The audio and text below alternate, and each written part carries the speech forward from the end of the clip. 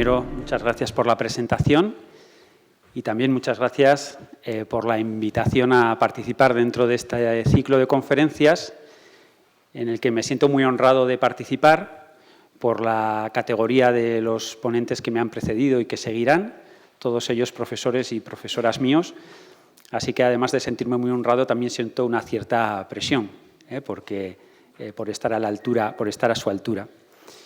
Y luego, en segundo lugar, también quería felicitar al archivo, al Servicio de Archivos del Gobierno de Navarra y al Archivo Real y General, en la persona de su director, porque yo creo que la prueba la tenemos con esta asistencia tan importante a este ciclo de conferencias. Yo creo que el archivo, esta institución, este lugar, se ha convertido ya en una referencia para la cultura navarra y para la historia de Navarra y pues es obligado también reconocerlo. Como ha dicho Félix en la presentación, pues a mí me toca presentar probablemente a la reina más desconocida de cuantos monarcas componen esta nómina de este ciclo de conferencias. Desde luego menos conocida que Teobaldo I, que Sancho el Sabio, que Sancho Garcés, probablemente por ser mujer también, porque la realidad es que la historiografía ha tratado normalmente menos a las mujeres, se ha ocupado menos de las mujeres que de los hombres, pero también vinculado, yo creo, en parte a su comportamiento, que lo veremos hoy. Aquí tenemos en pantalla a Juana en una imagen en la que aparece arrodillada, rezando ante la Virgen y el niño. Es una imagen del libro de horas, de su libro de horas, ¿no? Aparece pues ahí con una sobrecota o cotardía roja, las mangas caen desde el hombro, verticales. Por debajo se ve la cota azul con unas mangas largas que en forma de embudo pues, llegan hasta la muñeca.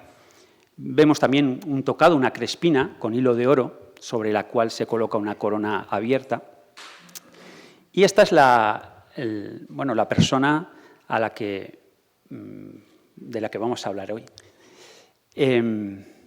Yo para hoy he preparado pues, una introducción amplia, porque, como ha dicho Félix, pues probablemente hay que poner en contexto a este personaje, seguramente no lo conocemos tanto, entonces hay que decir quién es. Pero, en segundo lugar, yo voy a lanzar una hipótesis sobre el modo de actuar de Juana, que no es mía, es de una investigadora inglesa. Y luego veremos si podemos corroborar esa hipótesis o la refutamos y apostamos por otra opción. Y ahí, yo os voy a dar, lógicamente, mi opinión, que por eso me han traído aquí, pero luego pues cada uno, con los datos que yo voy dando, también puede tener seguramente su opinión. Y luego acabaremos con unas conclusiones donde yo, ya lo anticipo aquí, lo pongo de reina deseada a reina olvidada, porque seguramente la llegada de Juana II fue muy deseada, sobre todo por las élites del Reino de Navarra, en el año 1328 y en años anteriores, pero una vez pasó su reinado, pues la realidad es que no es una reina que haya quedado en el imaginario colectivo navarro. Y como decía, pues también la actuación de la reina justifica un poco el por qué ha quedado un poco olvidada. Así que vamos a por ello. ¿Quién era Juana II? ¿Quién era Juana? Pues para eso, qué mejor que hacer una pequeña biografía, acudiendo a los primeros años de su vida. Entonces, claro, los historiadores muchas veces, cuando nos ponemos a estudiar a personajes, queremos saber su intencionalidad, queremos profundizar en qué es lo que querían y a veces se nos olvidan datos muy básicos de las personas y a veces hay que preguntarse por cosas tan sencillas como qué edad tiene. Y si nos fijamos en una simple línea de edad, vemos la terrible infancia de Juana II. Nació en 1312, su padre era Luis Utín, rey de Navarra, ya había sido coronado rey de Navarra, aún no era rey de Francia, faltaban 2 años para que fuese rey de Francia al morir su padre. Hijo también de Margarita de Borgoña, pero fijaros que en 1315, con 3 añitos, se queda huérfana de su madre. Con 4 añitos se queda huérfana de su padre. En ese momento, su padre se había vuelto a casar con Clemencia de Hungría y esperaba un hijo. El padre murió en junio y el hijo nació en noviembre, pero falleció a los pocos días. Es decir, su hermanastro también falleció. Una niña de 4 años debía heredar el reino de Francia, el reino de Navarra, el condado de Champaña, pero claro, era muy difícil que una niña de 4 años pudiese hacer valer sus derechos. De hecho, desde que había muerto su padre, su tío, Felipe V, se hace con la regencia del reino de Francia.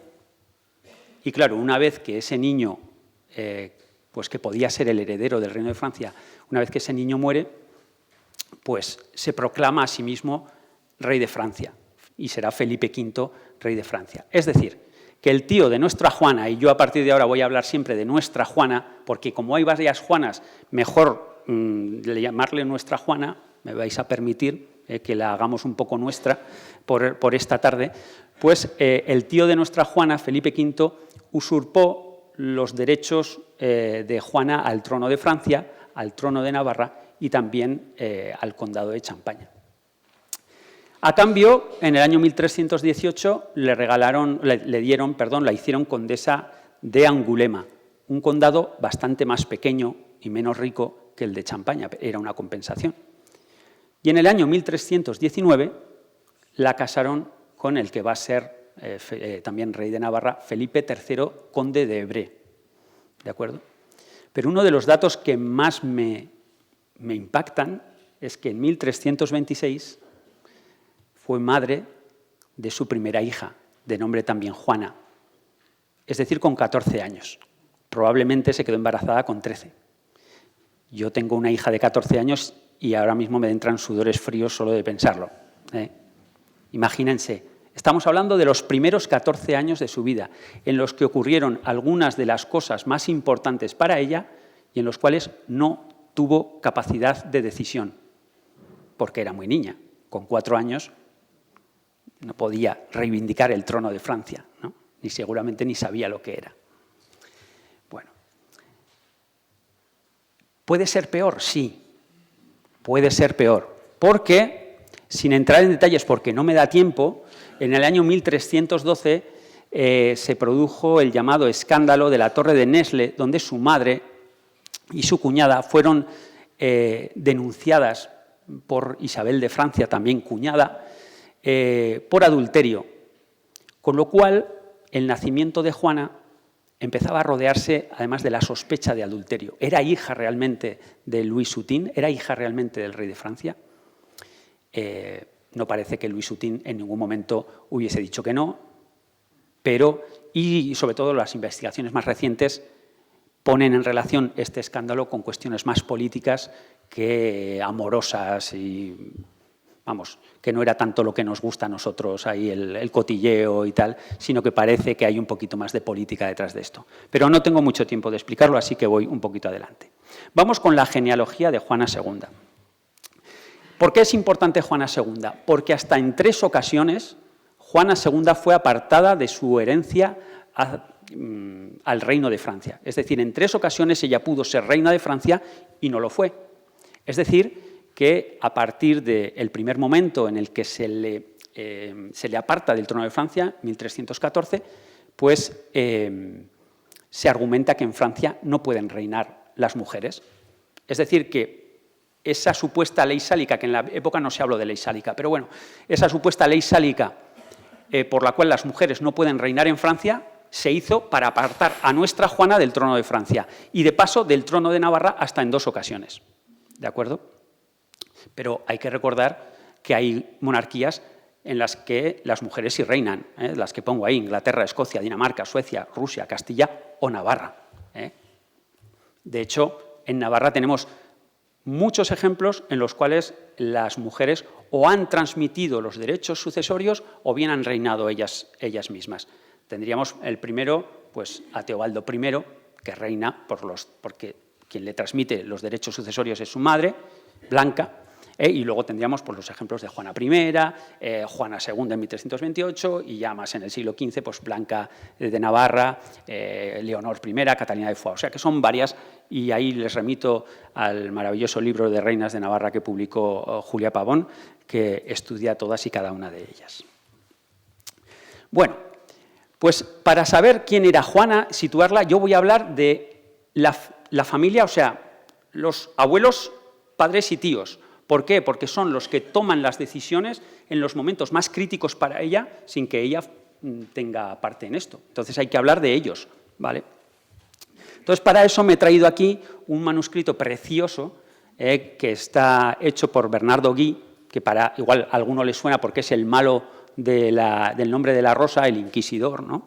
Pues es el autor del manuscrito y aquí aparecen ahí a la derecha, no sé si puedo señalar con el cursor, ¿se ve el cursor? Bueno, pues aquí aparece el abuelo de nuestra Juana, Felipe IV de Francia, rey consorte de Navarra, y aquí aparece Juana I, reina de Navarra, reina propietaria, la última champañesa, la hija de Enrique I de Champaña. Y aquí debajo aparece el primero, el padre de nuestra Juana, Luis Hutin, que fue rey de Francia por 2 años. Aquí nos lo ponen como rey de Navarra ya era rey de Navarra. Y por eso aparece con la corona. Es rey de Navarra, pero lo ponen con la coronita. Es el heredero del trono de Francia. Y aquí debajo sus hermanos, Felipe y Carlos, ¿vale? Luego hay un cuarto hermano que murió pronto y a este no lo contamos. Y debajo estaría la otra hija, Isabel de Francia. Isabel de Francia, que es reina de Inglaterra, está casada con Eduardo II de Inglaterra. Y además, ya que estamos de referencias cinematográficas, pues es el personaje que en la película Braveheart, no sé si la han visto, es la princesa de Braveheart, ¿no? Es la que se enamora de William Wallace y tal. Ese personaje que hace Sophie Marceau, que es esa princesa tan guapa. Bueno, tenemos una imagen más de la familia de Juana. Aquí aparecen los abuelos de Juana, Felipe Felipe de Francia, Felipe el Hermoso, en el centro. A los lados, a este lado, no sé si se ve muy bien, pero con esa también sobrecota roja, con las armas de Navarra, aparece con las armas de Navarra y es Juana de Navarra, esta de aquí. A su izquierda, su hija, Isabel de Inglaterra, con los leopardos de Inglaterra también en el vestido. Y a los lados, los 3 hijos, Luis Hutin, el padre de nuestra Juana, y los tíos usurpadores en los lados, ¿vale? Pues aquí tenemos a la familia, los usurpadores, el padre, los abuelos, todos aquí reunidos y aparentemente bien avenidos.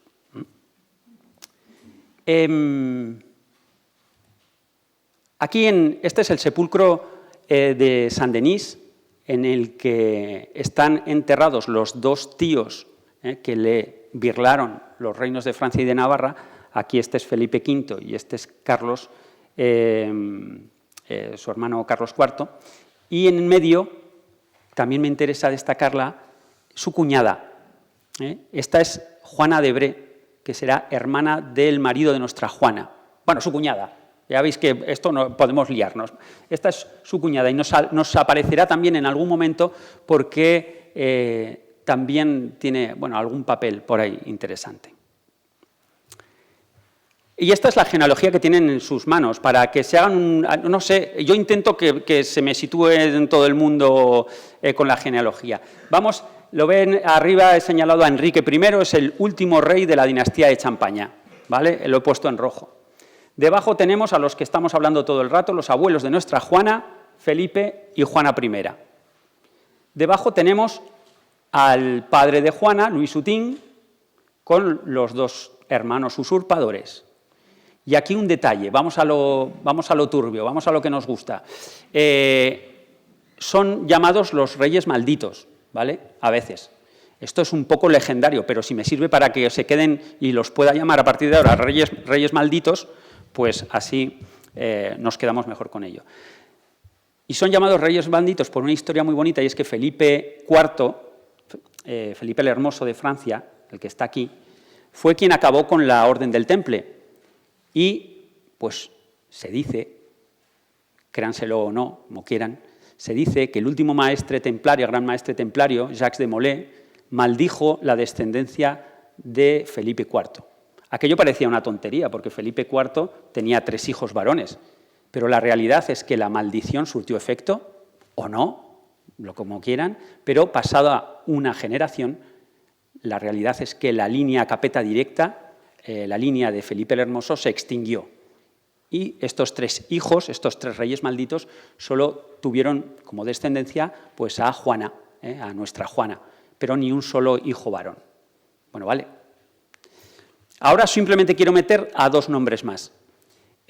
Nos vamos al otro lado del cuadro y ahí vamos a ver a 2 personajes, a Luis de Évreux y a Carlos de Valois, de los cuales van a descender, por un lado, el que será el rey de Francia durante la mayor parte del periodo en el que nuestra Juana sea reina de Navarra, es decir, Felipe de Valois, Felipe VI, y por otro lado, el padre del que será rey de Navarra, Luis de Évreux, padre de Felipe de Évreux. Los 2 son grandes nobles de Francia, poseedores de grandes territorios.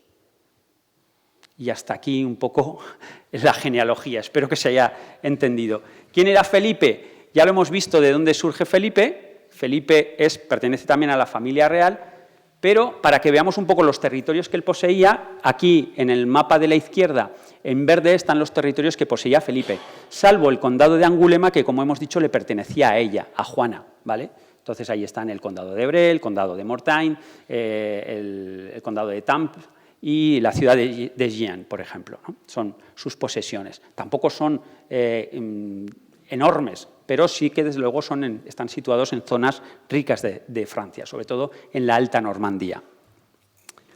Bueno, ¿por qué le he llamado reina deseada? He dicho que en Navarra se esperaba su llegada. Bueno, pues en realidad la llegada de Juana seguramente fue muy esperada, pero tampoco tenemos demasiados testimonios. ¿Por qué? Porque su abuela, la última reina propietaria de Navarra, había fallecido en 1305, pero su marido, el rey consorte, Felipe IV de Francia, del que estamos hablando todo el rato, seguía gobernando en Francia y seguía gobernando en Navarra. En Navarra la gente, sobre todo las élites, la nobleza, empezó a removerse, ¿no? a revolucionarse un poco. Y a partir de 1305, de que se muere la reina, empiezan a hacer congregaciones, juntas de infanzones, uniones de villas, para reclamar que el reino pasase al heredero, es decir, a Luis Hutin, el padre de nuestra Juana. Querían ya al heredero, no querían un rey consorte que además está reinando en Francia. El movimiento empezó a ser tan virulento que incluso el rey de Francia dijo, no, espera, vamos a mandar al heredero, vamos a mandar a Luis Hutin a Navarra para que jure los fueros. Y efectivamente, en octubre de 1307, Luis Hutin viene hasta Navarra y jura los fueros. ¿Ya todos estamos tranquilos? Pues no. Las juntas de infanzones seguían revueltas, las uniones de hermandades también seguían produciéndose. Y eso produjo que Luis Hutin y su padre, desde París, pues, realizaran una dura represión sobre la nobleza navarra, especialmente. Los infanzones fueron perseguidos, tenemos todas las multas que tuvieron que pagar los infanzones y, sobre todo, los líderes de aquella revuelta, si se le puede llamar revuelta, fueron llevados a Francia y encarcelados, que son Fortuna Almoraviz y Martín Jiménez de Aybar. Fortuna Almoraviz directamente murió encarcelado y el otro tardó en ser liberado bastante tiempo. Es decir, que a los navarros se les quedaron pocas ganas de rebelarse. Los navarros ya se habían rebelado contra el rey de Francia en 1476 y ocurrió la Guerra de la Navarrería. Y los navarros se volvieron a rebelar contra el rey de Francia en 1305, con lo cual, en fin, los navarros en el momento que se enfrentaban a los reyes de Francia sufrían las consecuencias. Vale. ¿Qué ocurre? Pues que Luis Hutin murió en 1314 y a Juana le correspondía tanto el trono de Francia como el trono de Navarra. En Francia se inventaron aquello de la ley sálica, pero ¿qué se podían inventar en Navarra? Nada, porque ya había habido una reina mujer, con lo cual en Navarra tenía que reinar Juana. Aquí parece lógico que los estados navarros se revolviesen, y alguna noticia tenemos de ello, pero tampoco mucho. Estaban escarmentados, pero seguramente ya en 1314 en Navarra se deseaba a Juana como reina. Y cuando el siguiente rey también falleció, también se deseaba a Juana como reina. En 1322, 1316, 1322 se le deseaba como reina. Sin embargo, el momento de Juana fue 1328. Estamos hablando de que cuando murió su padre tenía 4 años, cuando muere su primer tío 10, cuando muere su segundo tío 16, y cuando por fin le toca reinar tiene 16 cuando le toca reinar, 16. Bueno, es muy joven, ya no me salen las cuentas. En 1328, cuando se muere el último de sus tíos usurpadores, ahí ya no hay tu tía, ahí ya le toca a ella gobernar. Pero hay 2 asambleas de notables que se reúnen. Una en Francia, en Saint-Germain-en-Laye, es la figura de arriba, y otra en Puente la Reina, en Navarra. La suerte, digamos, es que la decisión de las 2 asambleas de notables va en el mismo sentido, es decir, que el trono de Navarra sea para Juana y para Felipe de Bray. Eso sí, el trono de Francia una vez más se le escapará a Juana y será para Felipe de Valois. ¿Se me ha entendido hasta aquí? Porque veo alguna ahí, ¿no? Bueno, yo necesitaba este contexto, ¿no? Para saber por qué hasta en 3 ocasiones Juana pierde el reino de Francia y en la última al menos se convierte en reina de Navarra, ya casada, con 16 años, su marido es 6 años mayor,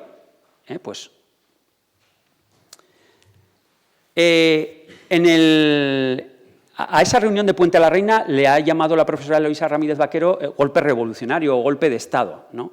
En ella hubo 8 ricos hombres, 44 caballeros, miembros de la nobleza media, y gente importante. Estaban representados 4 juntas de infanzones, 21 villas francas, e incluso ese año había 21 villas que no eran francas, es decir, villas de pecheros. Es decir, se había reunido toda Navarra allí para defender los derechos de Juana. Por eso le llamamos deseada, porque estaba todo el reino, o por eso le he llamado yo, no le llama nadie más, le he llamado yo, perdón, Juana la deseada.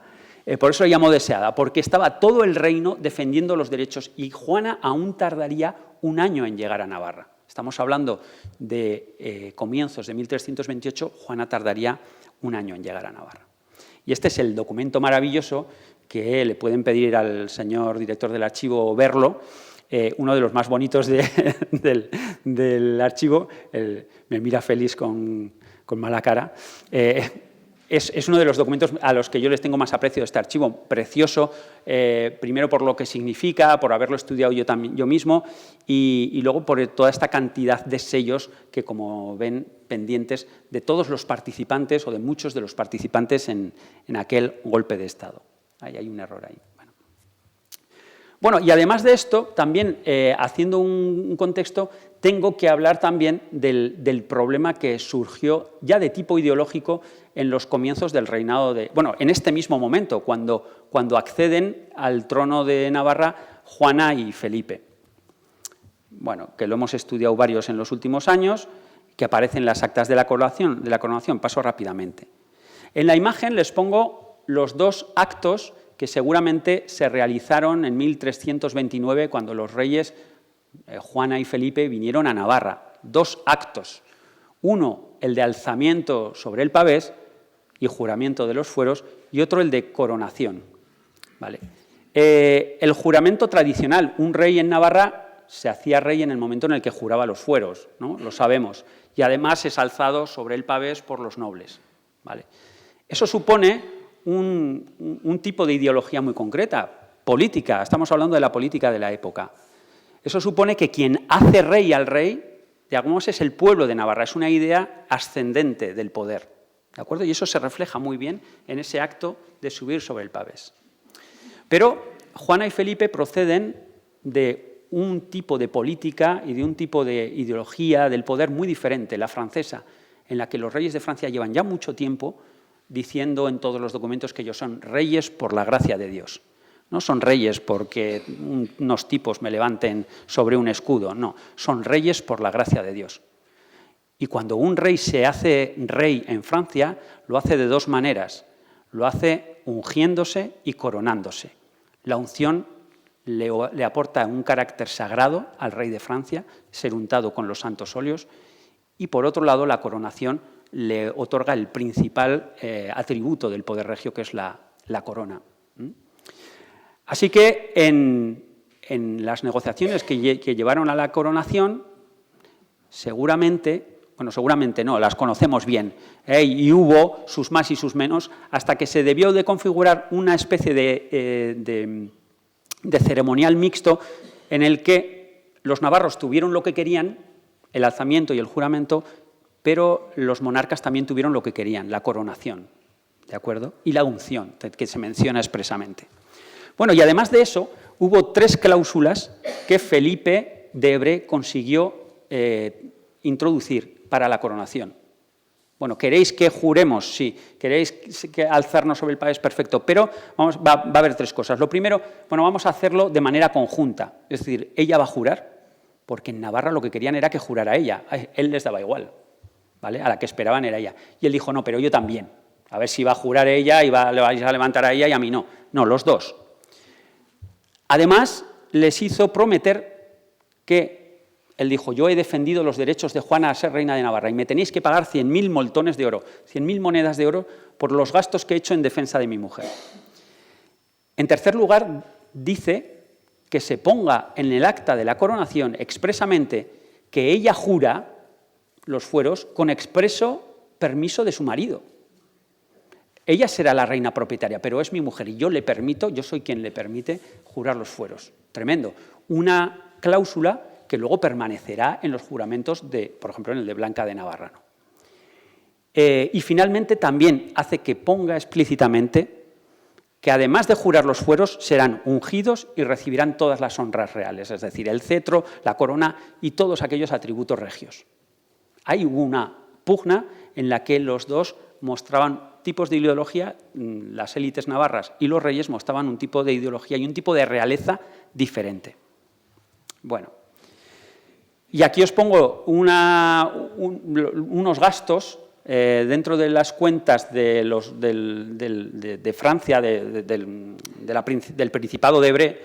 Hay un gasto muy bonito que es unas compras que le hacen a este Simón de Lille, orfebre, y le compran una corona de oro con rubíes, zafiros, esmeraldas y perlas grandes, ¿no?, de 3.000 libras, una cantidad desproporcionada para esta época.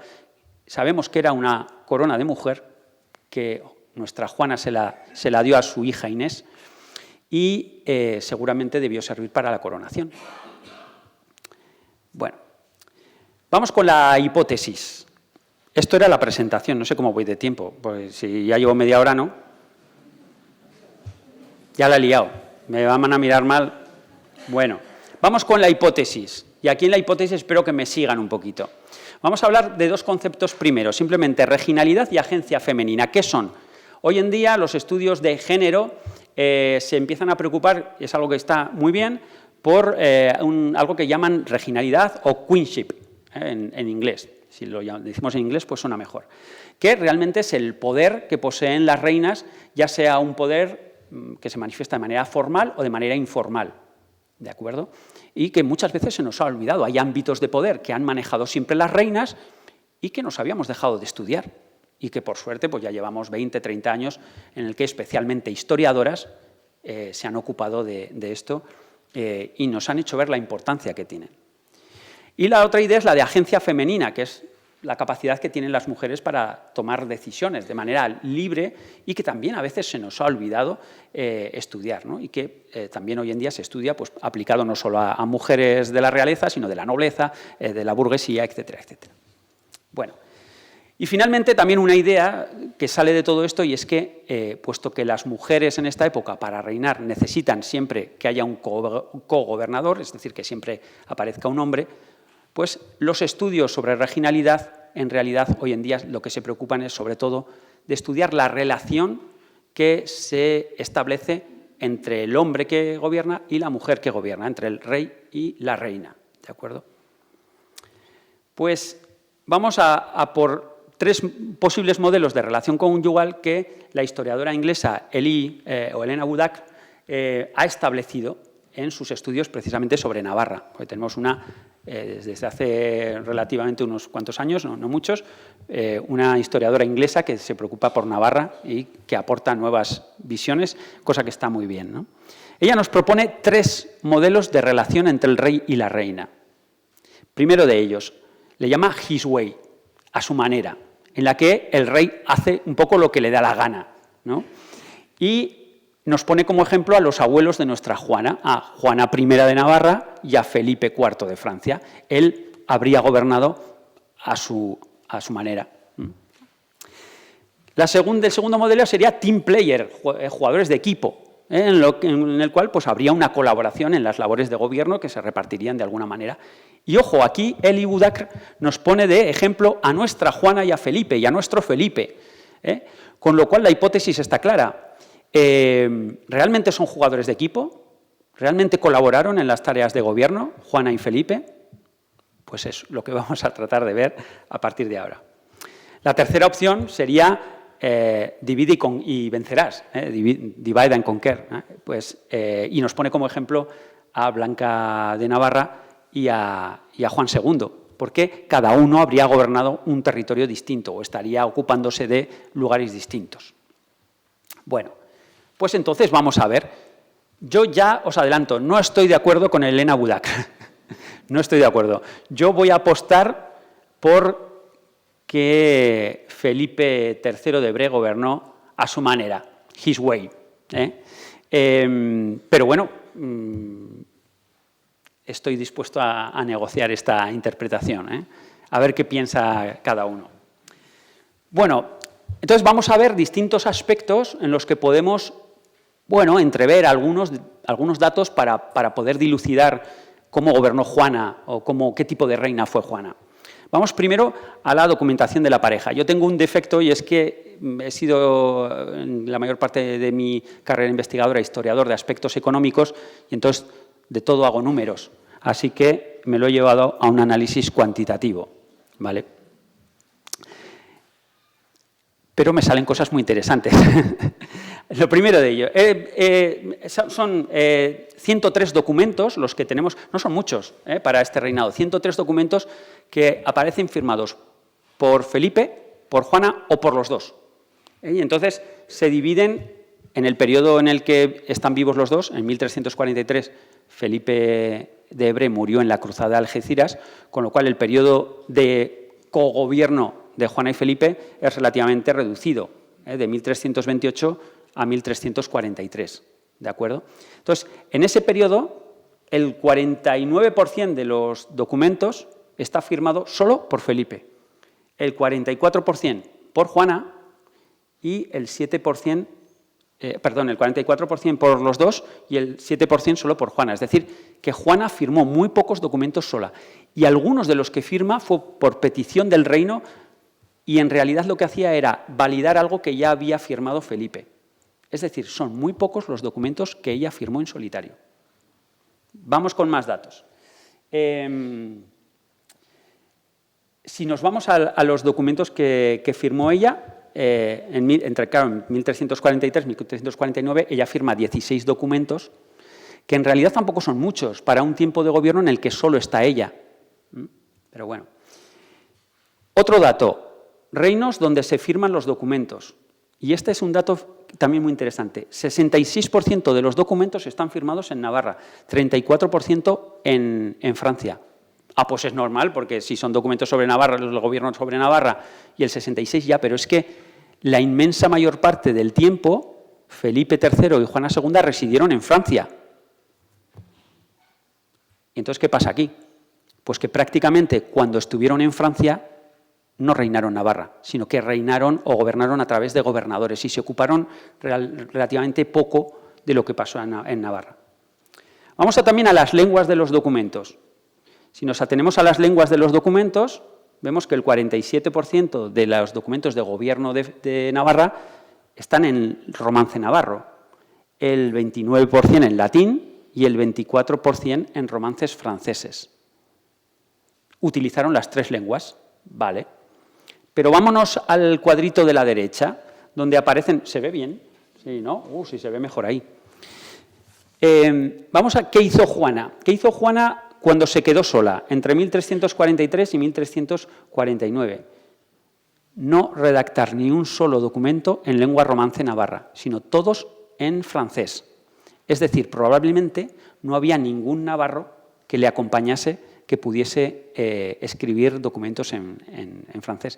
Y esos últimos 6 años de reinado, Juana los pasó pues, desatendiendo bastante lo que era el gobierno de Navarra.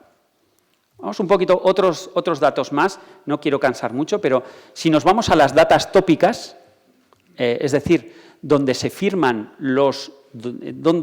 cada documento, estoy pegándome con esto, donde se firma cada documento, vemos que la ciudad donde se firman más documentos es Pamplona primero, y la segunda París, en la primera parte del reinado. Es decir, que o bien están en Pamplona, en las épocas, en el pequeño tiempo que estuvieron residiendo en Pamplona, o bien están en París. ¿Y quién está en París? El rey de Francia, es decir, están acompañando al rey de Francia. Porque durante la primera parte del reinado, mientras vive Felipe, ellos son unos... viven en la corte del rey de Francia, o viven en París, en el entorno de la corte del rey de Francia. En cambio, fíjense cómo cambia a partir de 1343, cuando ella se queda sola, ella abandona París y se va a vivir a los territorios patrimoniales de Évreux.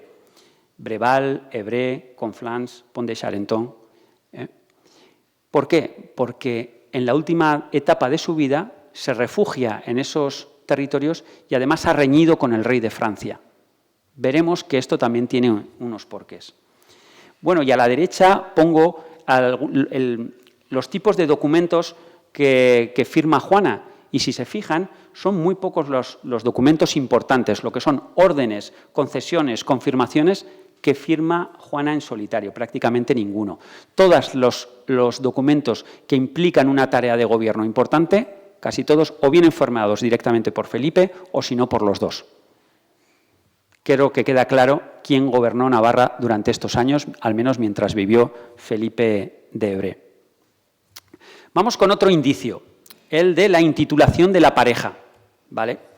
¿Qué titulación o qué títulos se dan a sí mismos? Pues nada más llegar a Navarra, en la coronación, Felipe dice de sí mismo que es Felipe, por la gracia de Dios, rey de Navarra, conde de Évreux, de Angulema, de Mortain, de Longueville, y luego doña Juana, su mujer, por esa misma gracia, reina de Navarra y condesa de los dichos condados.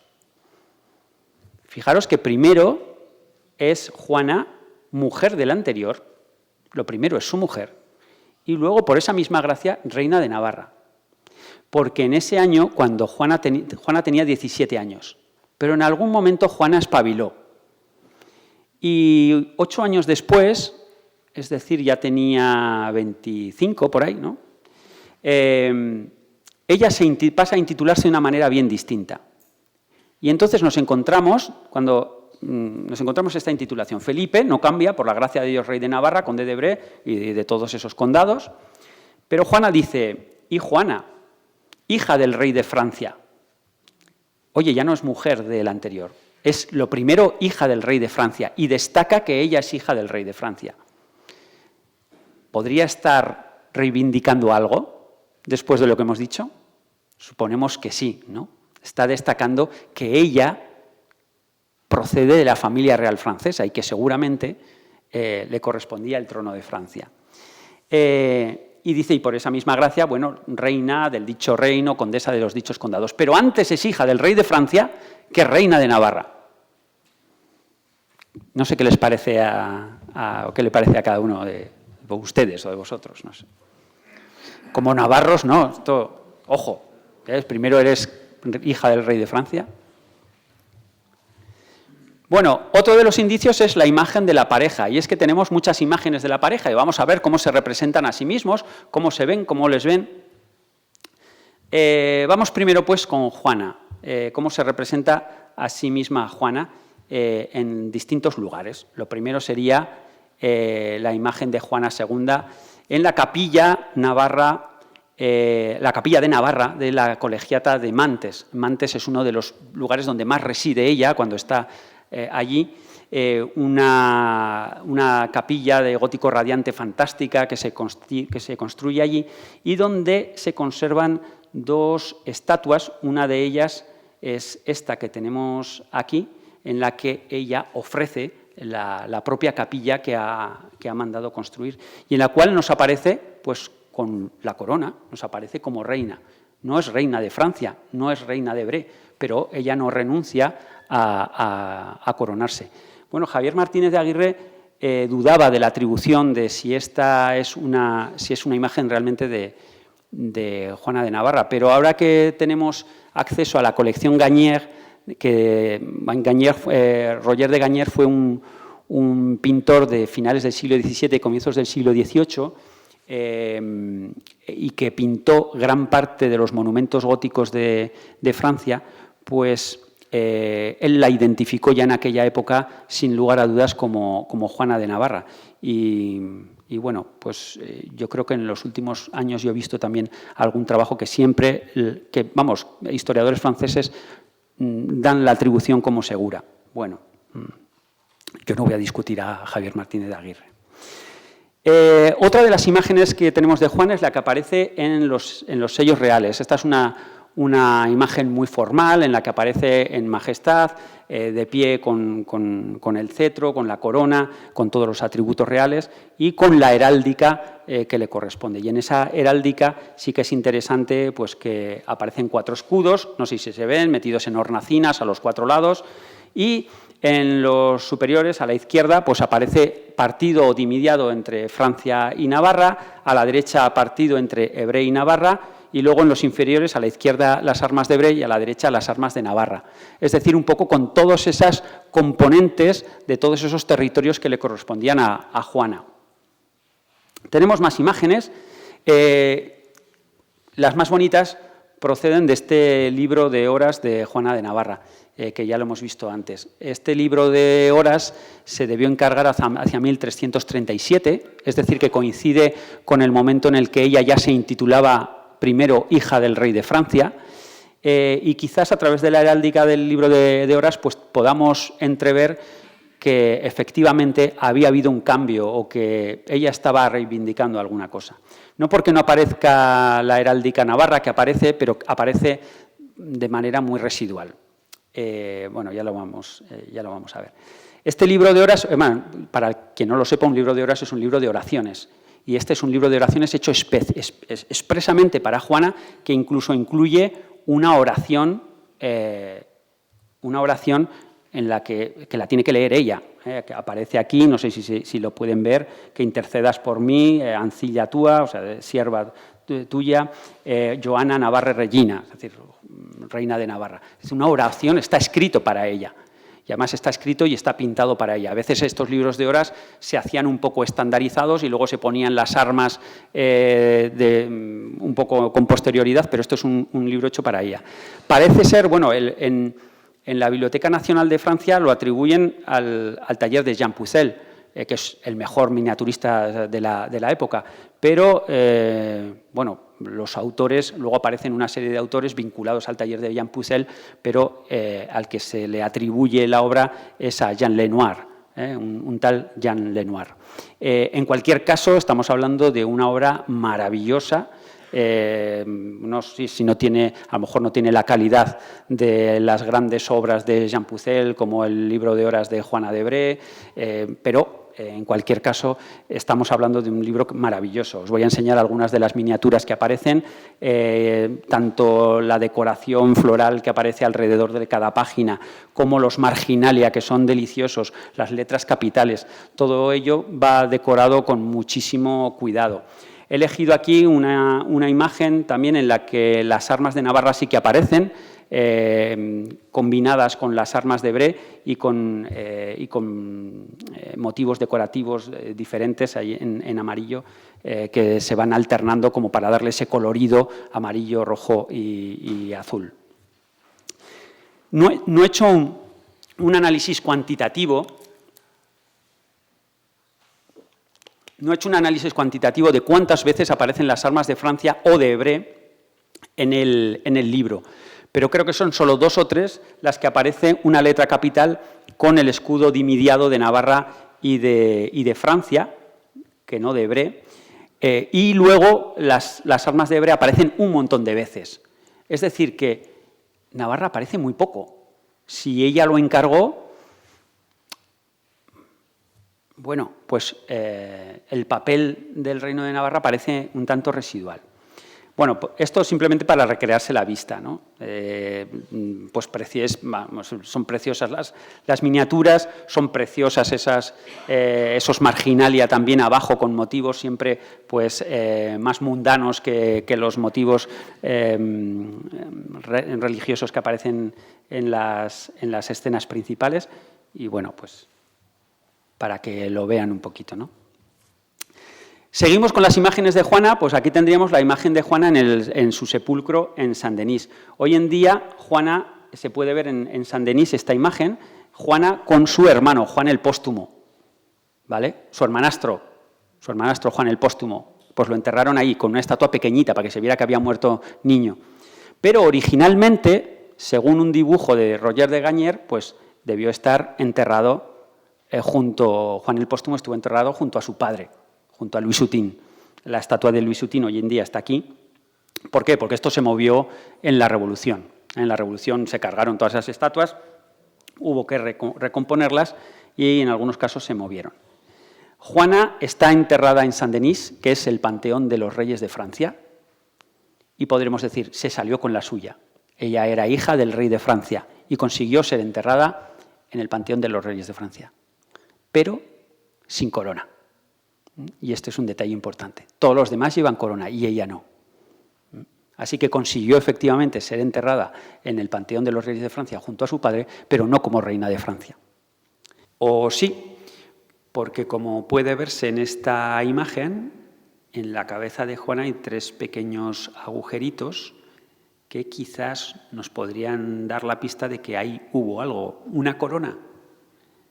Pues si acudimos a un nuevo dibujo de Gagner, que es el que aparece aquí en el lado izquierdo y que representa el sepulcro de Juana en Saint-Denis, pues debajo de ese doselete aparece una corona en la cabeza de Juana coronada. Con lo cual, pues efectivamente sí que Juana fue enterrada en Saint-Denis en esa faceta de hija del rey de Francia.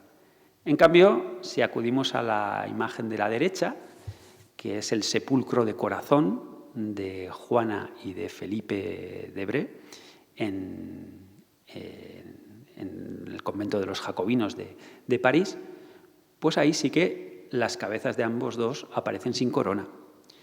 ¿Qué es este sepulcro de corazón? Bueno, pues en ocasiones los reyes capetos eran eviscerados, es decir, parte de sus órganos eran enterrados en otros lugares donde no estaba el resto de su cuerpo, lugares de especial devoción por los que sentían especial devoción. En este caso, un sepulcro de corazón implicaría que estaría enterrado ahí el corazón de los dos. Aquí, bueno, según los estudios de la profesora Ramírez Vaquero, este fue un sepulcro encargado por la hermana de Felipe de Evreux, Juana de Evreux, cuñada de nuestra Juana, y lo que no sabemos es si realmente el corazón de los dos estaría allí, porque Felipe de Evreux había muerto 6 años antes en Algeciras, fue enterrado en Pamplona, con lo cual posiblemente lo que hubiese ahí pues sería el corazón de ella, pero no el corazón de ambos. Bueno, en cualquier caso, en el sepulcro aparece representada la figura de los dos y como se puede ver en este fantástico dibujo de Gagner. Vamos con Felipe. ¿Y qué les hacen a los reyes en la Revolución? Pues en la Revolución Francesa. Pues ya sabemos que les cortan la cabeza. Bueno, pues aquí tenemos la cabeza de Felipe de Evreux cortada. Por los efectos de la Revolución Francesa, cuando debió de saquearse la tumba de corazón del convento de los jacobinos, que es la que hemos visto antes. Esta cabeza está en el Louvre en París y procede de este sepulcro, porque hay que decir que bueno, Felipe III fue enterrado en Pamplona al regreso de su cadáver de la cruzada de Algeciras, donde falleció. La imagen de Felipe III la vamos a ver en esta serie de imágenes, valga la redundancia, que aparecen aquí, tanto a partir del programa iconográfico del refectorio de la Catedral de Pamplona, que bueno, no es propiamente algo hecho por él, pero que creo que refleja un poco su programa político, en los sellos reales y en algunas de las imágenes que se pueden rescatar de él, como la de la vidriera de la Catedral de Evreux, el juicio de Robert de Artois y esta misma del sepulcro de Corazón. Vamos a ver un poquito todas estas imágenes de Felipe. La primera de ellas no es una imagen suya propia, sino es las claves de la bóveda del refectorio de la Catedral de Pamplona, que ha estudiado el profesor Javier Martínez de Aguirre, y en el cual es muy interesante los escudos heráldicos que tenemos en ese refectorio, porque de alguna manera van a reflejar el programa político de él. Hemos hablado todo el rato de ella, pero ¿qué pensaba Felipe? Bueno, Felipe de Evreux, cuando llegó a Navarra, no era más que conde de Evreux, no era rey de nada. Y a través de Navarra se hizo rey, ¿vale? Por eso él dice, por la gracia de Dios, rey de Navarra. Claro, es que él no tenía otra manera de ser rey. Juana sí. Juana decía, yo soy hija del rey de Francia. Ella ya tenía la mayor, para ella ya tenía la mayor dignidad regia, ¿no? Pero Felipe no. Y Felipe, durante toda su vida, vamos a ver cómo busca ese reconocimiento como rey de Navarra.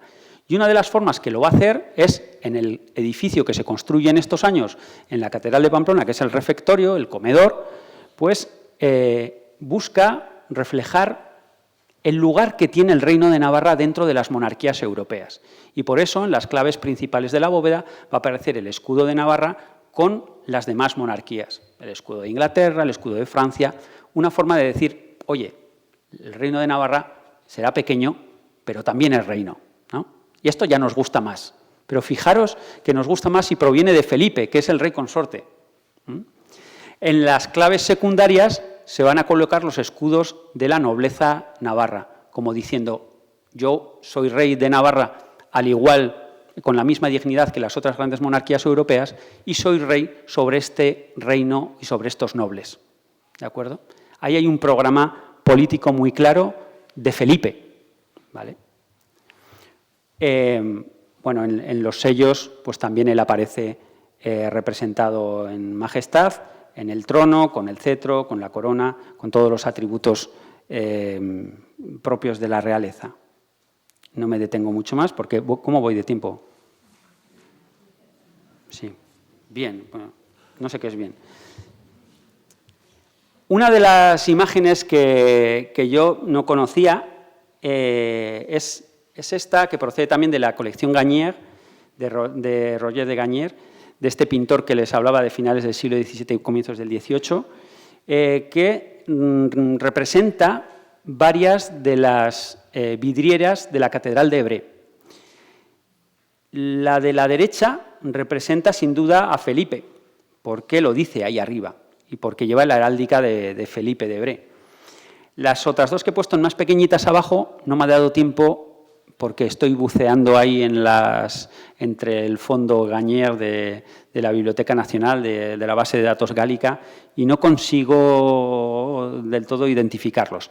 Pero el de la derecha, que se lo traigo sí como seguro, representa a una vidriera en la cual aparece Felipe de Evreux, que nos aparece, pues eso, con las armas de Evreux, no las de Navarra, y no obstante aparece coronado. De ser cierto el de abajo, si también lo es, ahí sí aparece Felipe de Evreux de nuevo, pero ya con las armas de Navarra rodeándole. Pero este yo no lo tengo, no he encontrado la referencia exacta y no me ha dado tiempo, ya lo siento. Más imágenes de Felipe de Evreux. Esta es una imagen ya mucho más conocida, del juicio de Robert de Artois. Es un manuscrito que tiene 2 copias, que tienen estas miniaturas preciosas, en las cuales se está juzgando al noble Robert de Artois.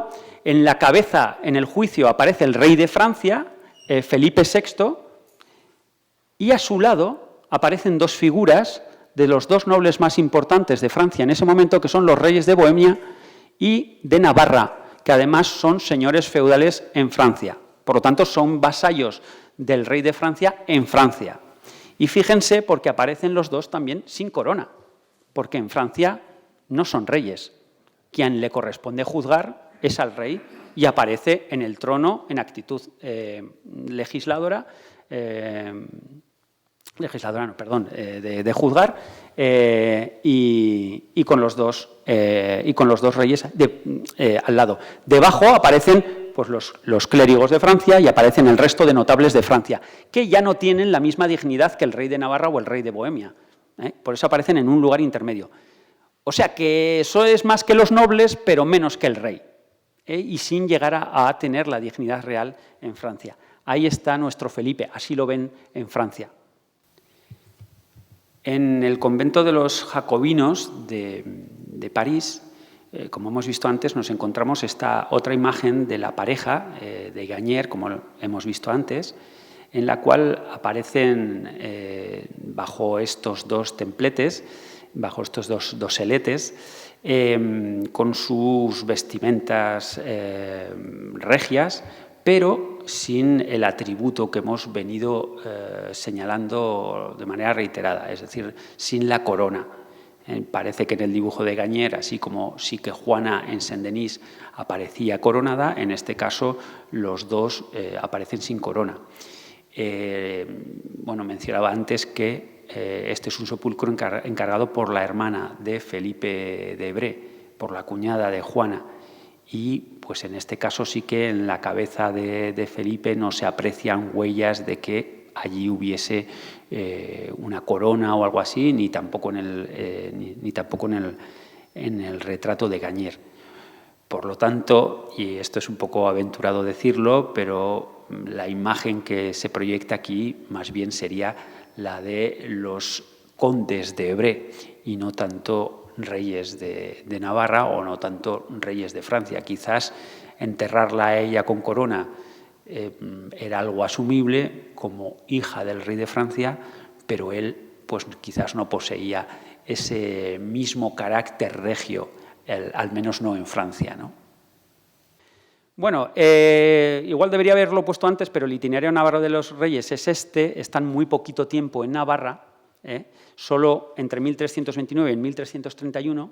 Vuelven los 2 en el año 1336 con motivo de un conflicto fronterizo que surge con Castilla en torno al monasterio de Fitero. Y finalmente, en 1342, el que vuelve es Felipe, ya para preparar la cruzada a Algeciras, donde morirá.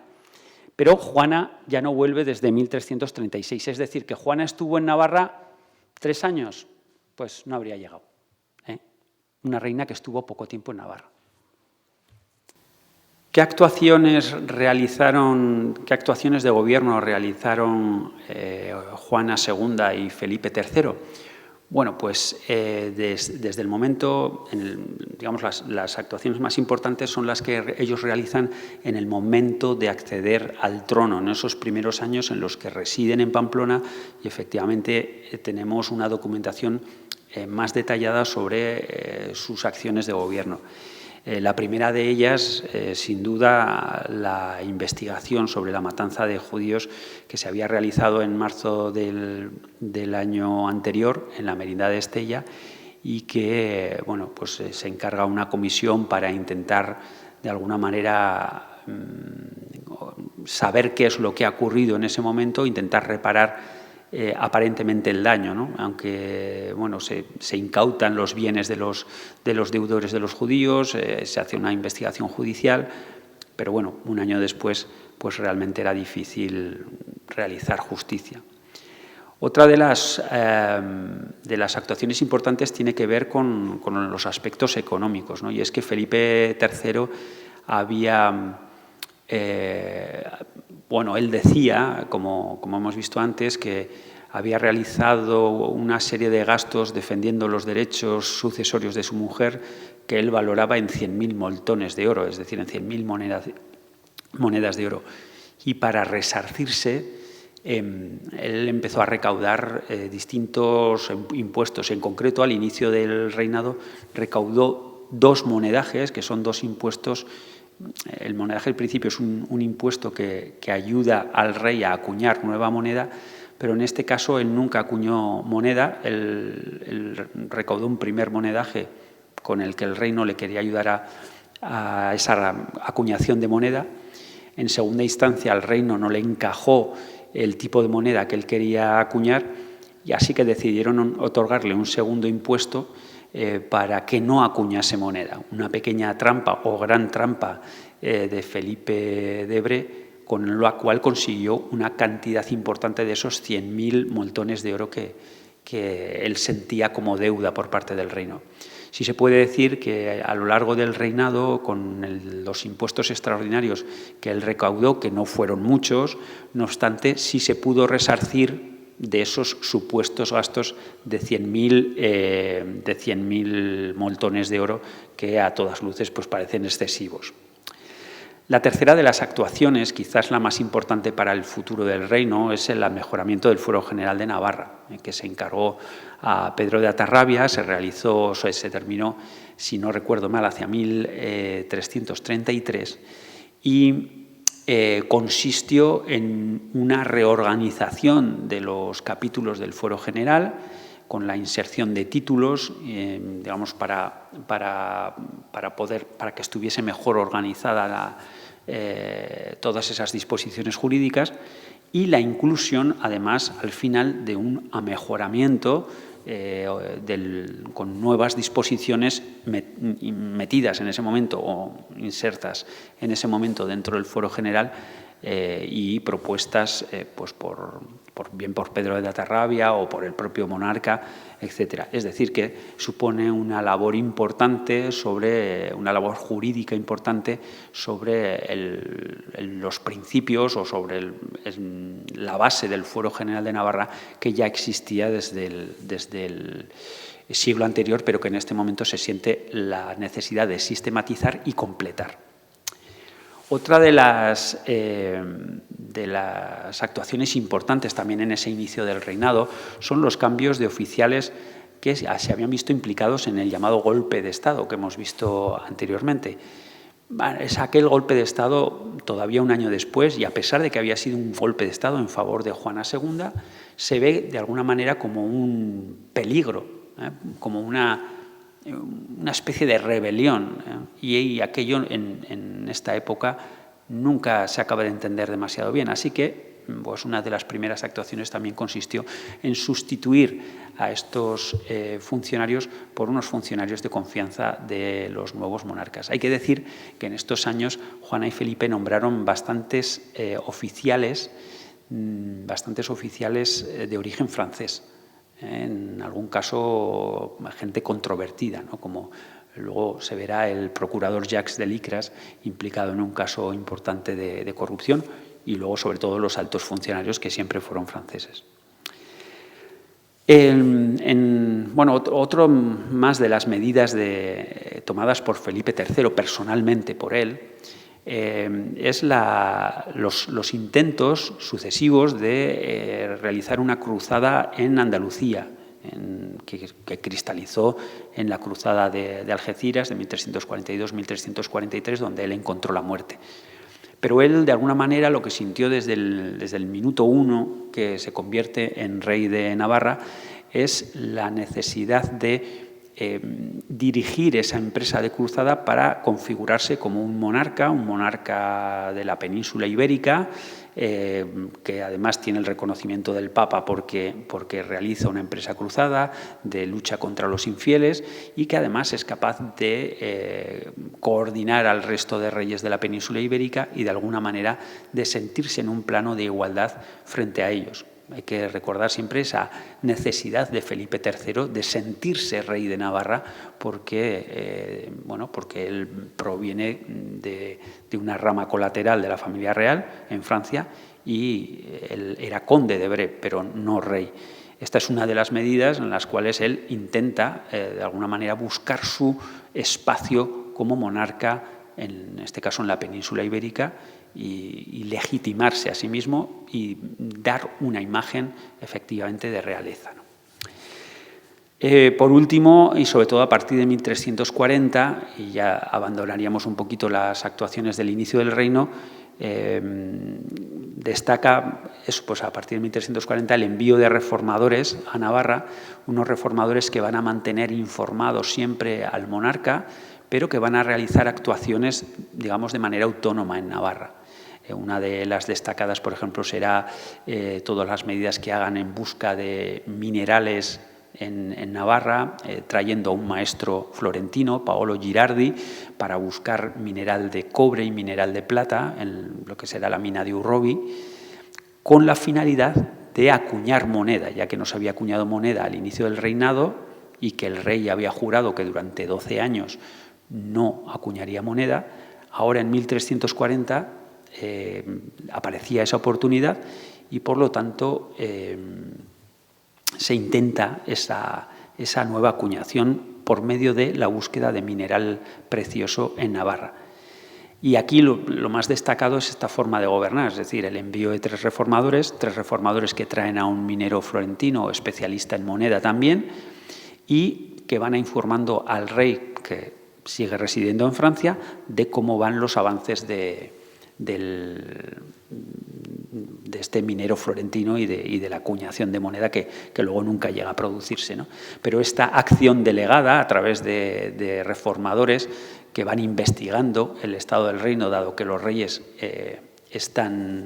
viven en Francia y residen prioritariamente en Francia, pues va a marcar un poco esta segunda parte del reinado, donde ya los reyes no estarán presentes en Navarra. Por último, bueno, pues habría que destacar ya solo la política matrimonial. Una política matrimonial, no sé hasta qué punto, que no se puede llamar exitosa, porque los reyes Juana y Felipe tuvieron varios hijos y durante su reinado solo consiguieron casar a una de sus hijas, a la infanta María. Eso sí, pone ahí infanta Juana, pues no es la infanta María. La infanta María de Bre o María de Navarra, que la casaron con Pedro IV el Ceremonioso de Aragón. Un matrimonio bastante importante para el cual tuvieron que solicitar un nuevo impuesto precisamente para costear la dote, la cuantiosísima dote que prometieron a Pedro IV de Aragón. ¿Por qué se meten en este jaleo de una dote tan cuantiosa? Bueno, pues por lo mismo que decíamos antes, porque a través de este matrimonio Felipe y Juana, o sobre todo Felipe, está tratando de situar a la familia regia navarra en ese plano de igualdad con el resto de familias regias de la península ibérica, y en este caso con Aragón. En cambio, ya el resto de los hijos, como se aprecia en la diapositiva, pues casaron, una vez terminado, es decir, una vez muerta Juana, ¿no? Blanca de Bre, eso sí, tiene un matrimonio de campanillas con Felipe VI de Francia. Inés de Bre, la otra hija, casará con el conde Gastón de Foix, aunque luego será repudiada más adelante. Y finalmente el príncipe Carlos, un poquito más adelante, casará con Juana de Valois, también princesa francesa.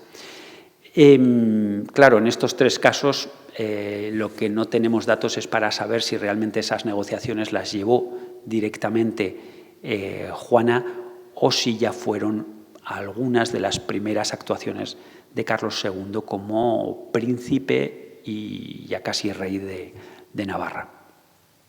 En cuanto a las actuaciones de Juana, bueno, pues Juana en general, a partir de que muere su marido, las órdenes que tenemos que ella ejecuta son órdenes de nombramiento o de quitar o de poner gobernadores.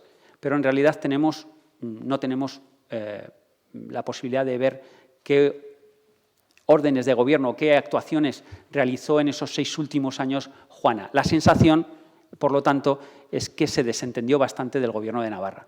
Vivió en sus territorios de Ebre y actuó por medio de sus gobernadores. Y, de hecho, lo que sí que tenemos es que crecen el número de documentos otorgados por los gobernadores de Navarra en esos últimos años. Es decir, que sí que se hicieron cosas, pero no a través de Juana, sino a través de sus gobernadores, ¿no? Bueno, pues voy acabando ya, es la hora, ¿no? Sí. Y yendo un poquito a las conclusiones, pues bueno, según la categorización que hace esta historiadora Elena Budacre, pues aquí apostamos, o yo apuesto, por decir que la relación entre ellos fue más una relación del tipo his way. Felipe III gobernó, hizo, digamos, lo que quiso y, sobre todo, expuso o realizó una labor de gobierno centrada en sus propios intereses, es decir, en ser rey de Navarra, porque a él le aportaba una dignidad que previamente no poseía. En cambio, cuando Juana toma las riendas del gobierno, se distancia del rey de Francia, al que, bueno, pues probablemente consideraba no con los mismos derechos que ella para reinar en Francia, se distancia del rey de Francia. Eso también le va a causar un daño importante, que es la pérdida del condado de Angulema, pero de alguna manera marca distancias con la política que había hecho hasta entonces su marido, que era de apoyo absoluto al rey de Francia. De manera que, pues, como digo ahí, seguramente ella no debió estar, o no parece que su política fuese la misma que había querido su marido. De esa manera, paradójicamente, Felipe III fue mucho más navarro que Juana, y Juana mucho más francesa. Así que una reina deseada, por la que lucharon y a la que defendieron las élites navarras para que viniera al reino, en realidad estuvo muy poco tiempo en Navarra, se desentendió del gobierno de Navarra y en todas sus actuaciones pues parece que hay un predominio de los intereses, de la lengua, de la cultura francesa por todas partes.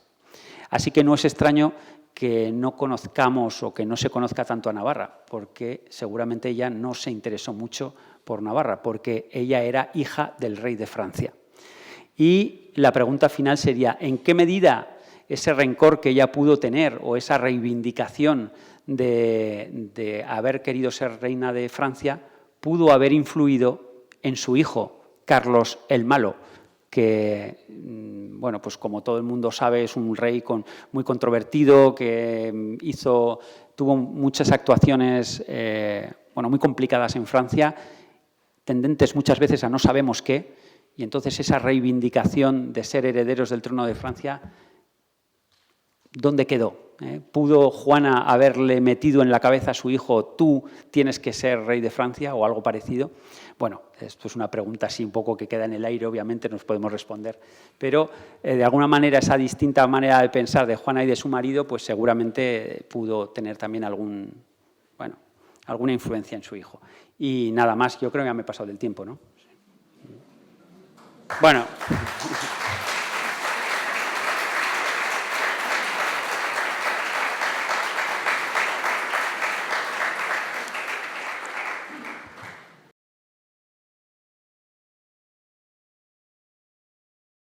Las rentas que posee en Francia son equiparables a las de Navarra, como si tuviese el doble, ¿no?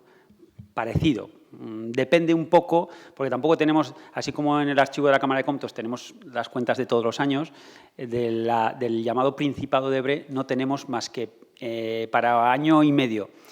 Entonces, si todos los años cobraba lo mismo, pues era aproximadamente parecido una masa de impuestos parecida a la que podía tener en Navarra.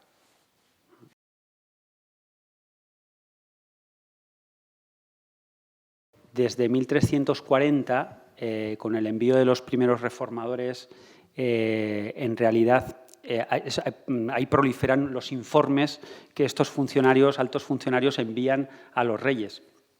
Que está pues, el informe de Paolo Girardi, está el informe de los 3 reformadores de 1340, y en realidad ahí son actuaciones que aparentemente han realizado ellos con plenos poderes en Navarra, de las cuales informan a los reyes, pero que los reyes hayan tenido poca participación.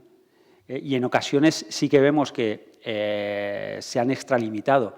Por ejemplo, cuando vienen en 1336, vienen porque consideran que el gobernador Enrique de Sully se ha extralimitado. Vienen para quitarlo, para solucionar el problema de la guerra con Castilla, que no desean en absoluto, para remover a Enrique de Sully, pero efectivamente el gobierno da la sensación de que es el gobierno de estos altos funcionarios, que además son nobles muy importantes. No nombra a cualquiera, no nombran a cualquiera como gobernador, ¿no? Está Enrique señor de Sully o el mariscal de Champaña, o sea, son gente importante.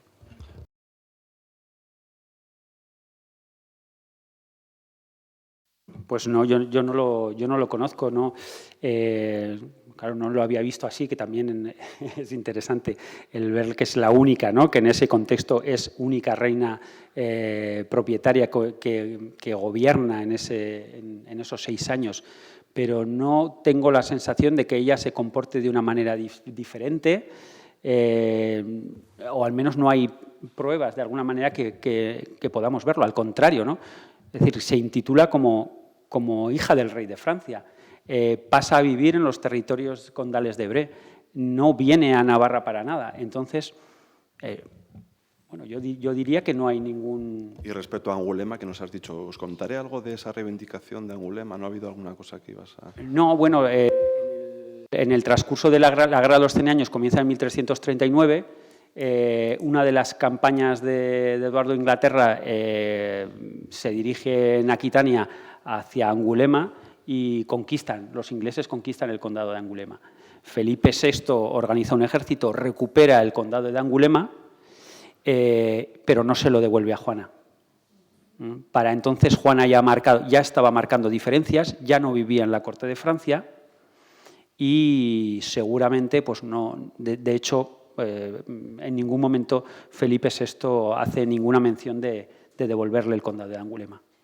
Así que y esta será una nueva reivindicación para Carlos II, para las negociaciones de Carlos II en lo sucesivo, pero no se lo devuelve y aparte, pues, claro, con este comportamiento de Juana tan alejado de esas instancias de gobierno, tanto de París como de Navarra, pues, claro, parece difícil. De nuevo se queda un poco en la soledad, ¿no? No sé si es por esa condición, ¿no? de nuevo de mujer, en este caso ya viuda, y de nuevo sola.